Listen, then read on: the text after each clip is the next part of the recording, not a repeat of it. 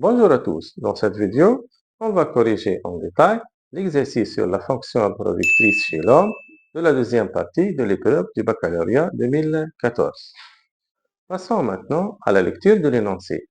Les mécanismes de la régulation des fonctions testiculaires chez l'homme font intervenir des interactions hormonales entre le complexe hypothalamo-hypophysaire et les testicules.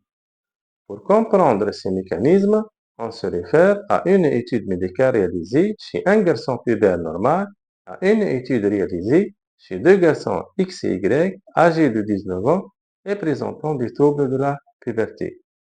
Le document 2 représente des schémas d'interprétation d'observation microscopique testiculaire réalisés chez un garçon pubère normal, le document 2A, et chez les deux garçons X et Y, document 2B.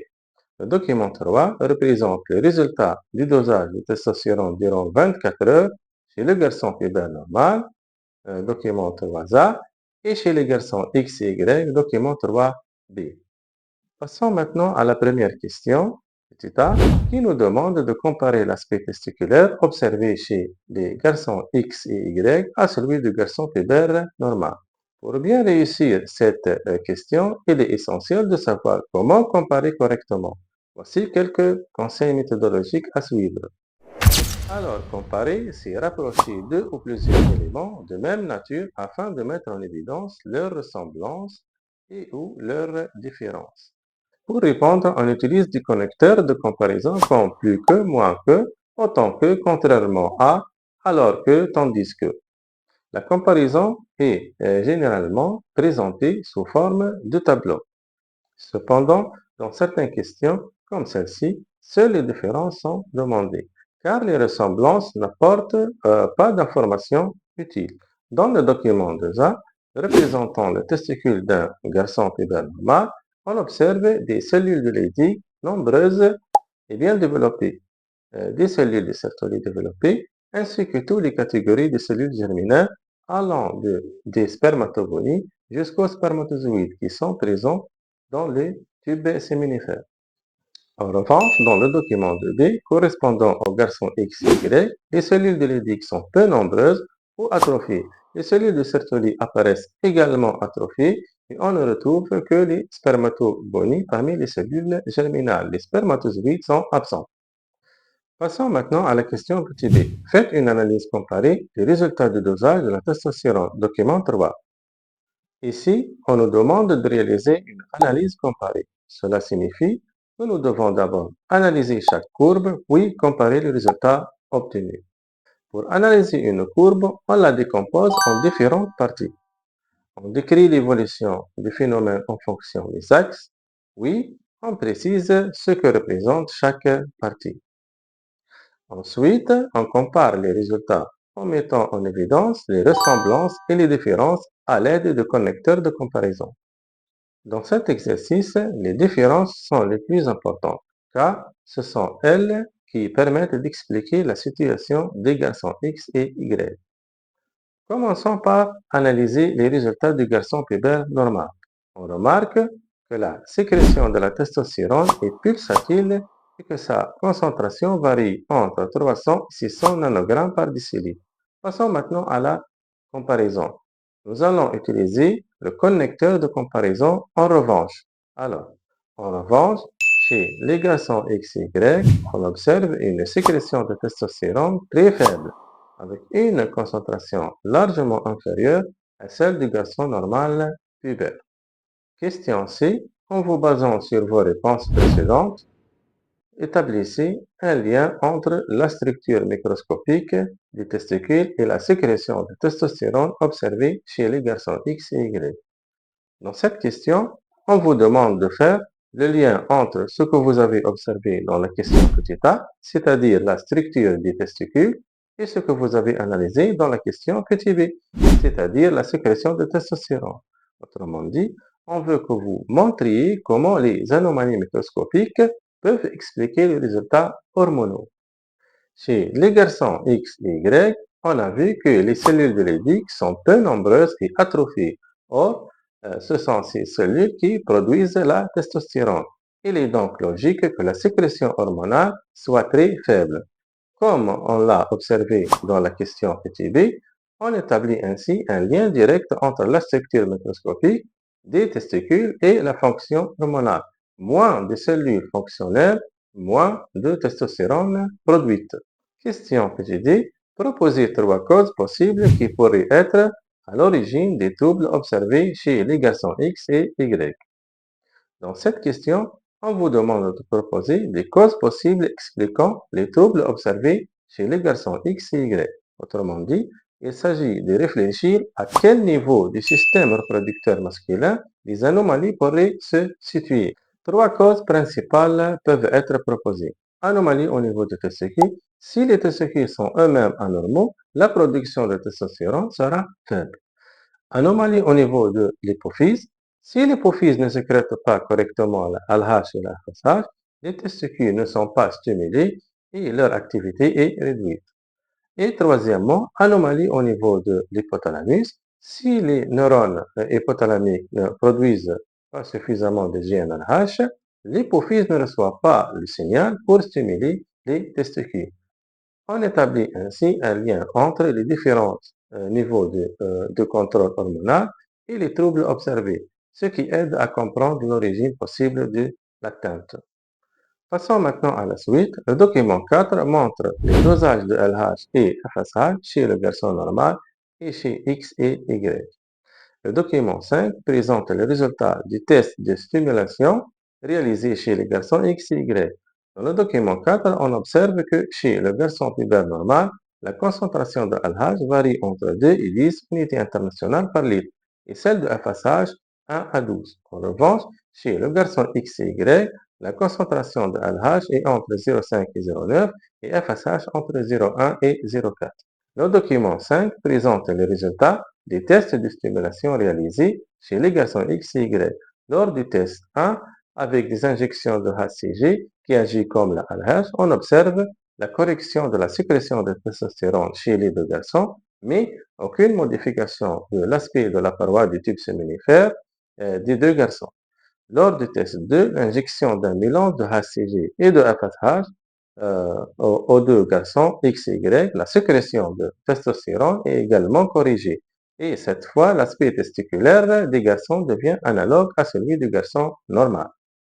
Dans la question 2, on nous demande d'exploiter les résultats fournis par les documents 4 et 5 et de vos connaissances en vue d'expliquer les résultats des tests 1 et 2 et de préciser parmi les causes proposées dans la réponse 1 petit d celles qui sont pertinentes pour expliquer ces résultats. Dans cette question, on nous demande de réaliser trois tâches. La première consiste à exploiter les résultats du document 4 et 5. Le verbe exploiter signifie extraire d'un document, qu'il s'agisse d'un texte ou d'un tableau ou d'une courbe ou d'un schéma, les informations utiles qui permettront de résoudre le problème scientifique posé. La deuxième tâche est d'expliquer les résultats obtenus au test 1 et 2. Le verbe expliquer signifie faire comprendre un phénomène en construisant un raisonnement logique. Pour cela, on relie les informations extraites des documents à nos connaissances scientifiques afin de justifier les résultats observés. Enfin, la troisième tâche consiste à préciser parmi les causes proposées dans la réponse 1 petit d, celles qui permettent réellement d'expliquer les résultats obtenus. Le verbe préciser signifie identifier là où les bonnes causes en s'appuyant sur des preuves fournies par les documents et sur le raisonnement construit lors de l'explication. Commençons par l'exploitation des documents 4 et 5. On constate d'abord que les dosages de LH et de FSH sont faibles chez les garçons X et Y par rapport aux garçons pubères normaux. Ensuite, les injections de HCG rétablissent la sécrétion de testostérone chez les deux garçons, mais elles n'ont aucun effet sur la paroi du tube séminifère. Enfin, lorsque les garçons X et Y reçoivent un mélange de HCG et de FSH, la sécrétion de testostérone est rétablie et les testicules retrouvent un aspect normal.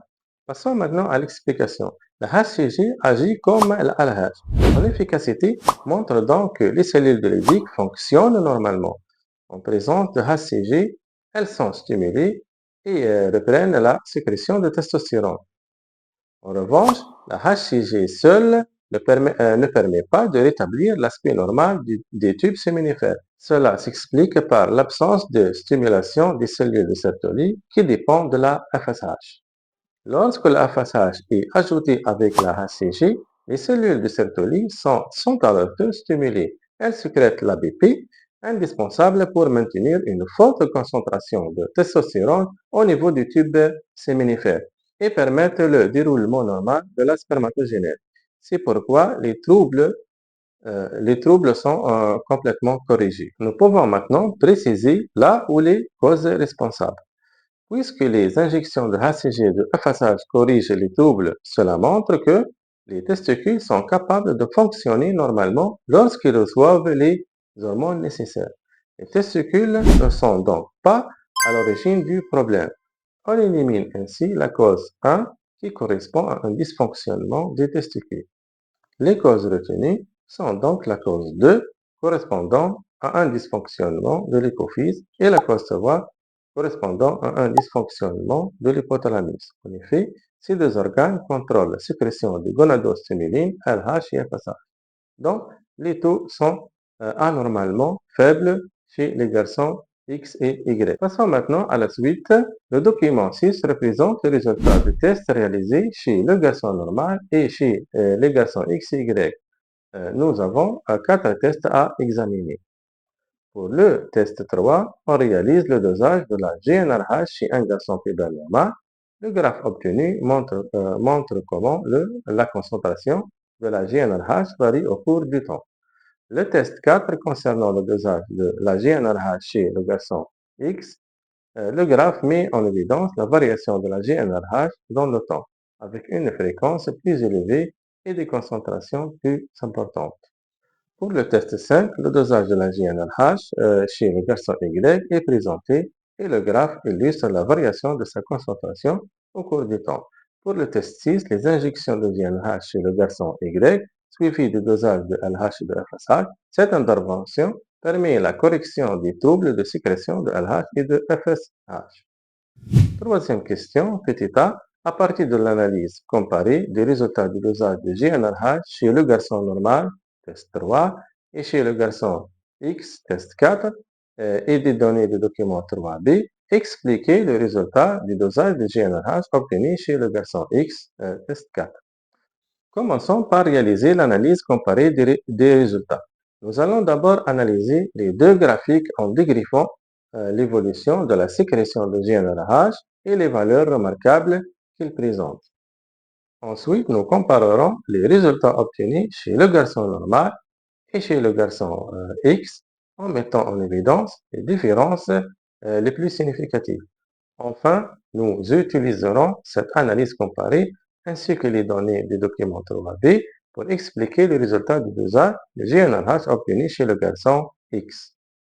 Commençons par l'analyse comparée. Chez le garçon pubère normal, la sécrétion de GnRH est normale et pulsative, avec un pulse par heure et une concentration comprise entre 8 et 30 picogrammes par millilitre. À l'inverse, chez le garçon X, on observe une hypersécrétion de GnRH avec environ 3 pulses par heure et une amplitude plus importante, comprise entre 10 et 50 picogrammes par millilitre. Or, le document 3b montre que le taux de testostérone reste faible chez le garçon X. Alors, expliquons. Cette hypersécrétion de GnRH s'explique par une levée de l'inhibition exercée par la testostérone sur l'hypothalamus. Question 3b. D'après les informations précédentes, précisez la cause des troubles observés chez le garçon X. Pour répondre à cette question, reprenons le raisonnement étape par étape. Dans la question précédente, nous avons montré que le garçon X présente une hypersécrétion de GnRH. Cette hypersécrétion s'explique par le fait que le taux de testostérone est très faible. Comme la testostérone exerce normalement un rétrocontrôle négatif sur l'hypothalamus, sa diminution entraîne une levée de cette inhibition. L'hypothalamus réagit alors en augmentant la sécrétion de GnRH. Mais malgré cette forte stimulation, les dosages réalisés précédemment montre que les taux de LH et de FSH restent faibles. Cela signifie que l'hypophyse ne répond pas correctement à la GNRH. On peut donc conclure que les troubles observés chez le garçon X sont dus à un dysfonctionnement de l'hypophyse. En effet, l'hypothalamus fonctionne normalement puisqu'il sécrète beaucoup de GNRH, mais cette hormone ne parvient pas à stimuler correctement l'hypophyse. Les testicules ne reçoivent donc pas suffisamment de LH et de FSH, ce qui explique la faible sécrétion de testostérone. Question 3C. Analysez les résultats du test 5 en vue de préciser la cause des troubles observés chez le garçon Y. Dans cette question, on nous demande de réaliser deux tâches. La première consiste à analyser le résultat du test 5. Le verbe analyser signifie décrire précisément les résultats observés en mettant en évidence les informations importantes fournies par le document. La deuxième tâche consiste à préciser la cause des troubles observés chez le garçon Y. Le verbe préciser signifie identifier la cause responsable en s'appuyant sur les résultats de l'analyse et sur les connaissances acquises dans les questions précédentes. Commençons par l'analyse du test 5. Chez le garçon Y, la sécrétion de GnRH est très faible et reste pratiquement constante au cours du temps. Contrairement au garçon pubère normal, on n'observe pas de sécrétion pulsative. Passons maintenant à la précision de la cause. La GnRH est sécrétée par l'hypothalamus. Or, chez le garçon Y, cette hormone est produite en très faible quantité. L'hypophyse n'est donc pas suffisamment stimulée, ce qui entraîne une faible sécrétion de LH et de FSH, puis une faible production de testostérone. On peut donc conclure que les troubles observés chez le garçon Y sont dus à un dysfonctionnement de l'hypothalamus. Question 3D. En vous basant sur les résultats du test 6, établissez la relation fonctionnelle entre l'hypothalamus et l'hypophyse. Suite aux injections répétées de GnRH, on observe une correction de la sécrétion de gonadostimuline LH et FSH. Cela montre que l'hypothalamus agit par la GnRH sur l'hypophyse, stimulant la production de LH et de FSH, et régulant ainsi indirectement la sécrétion de testostérone et le fonctionnement des testicules.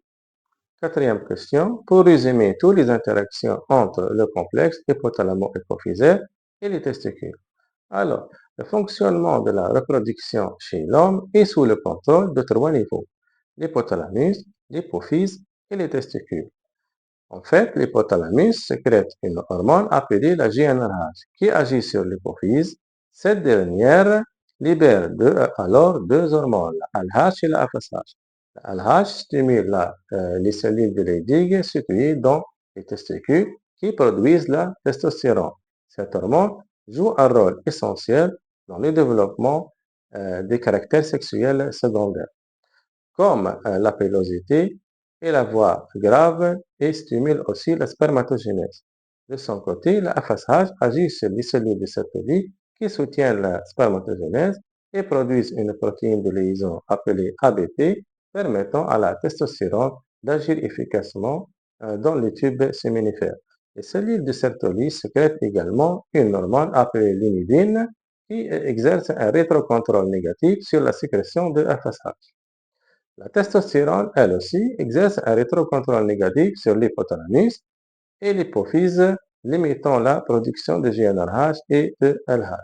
Ainsi, l'ensemble de ce système fonctionne grâce à un équilibre entre stimulation et régulation hormonale, assurant la production continue de spermatozoïdes et le maintien des caractères sexuels secondaires.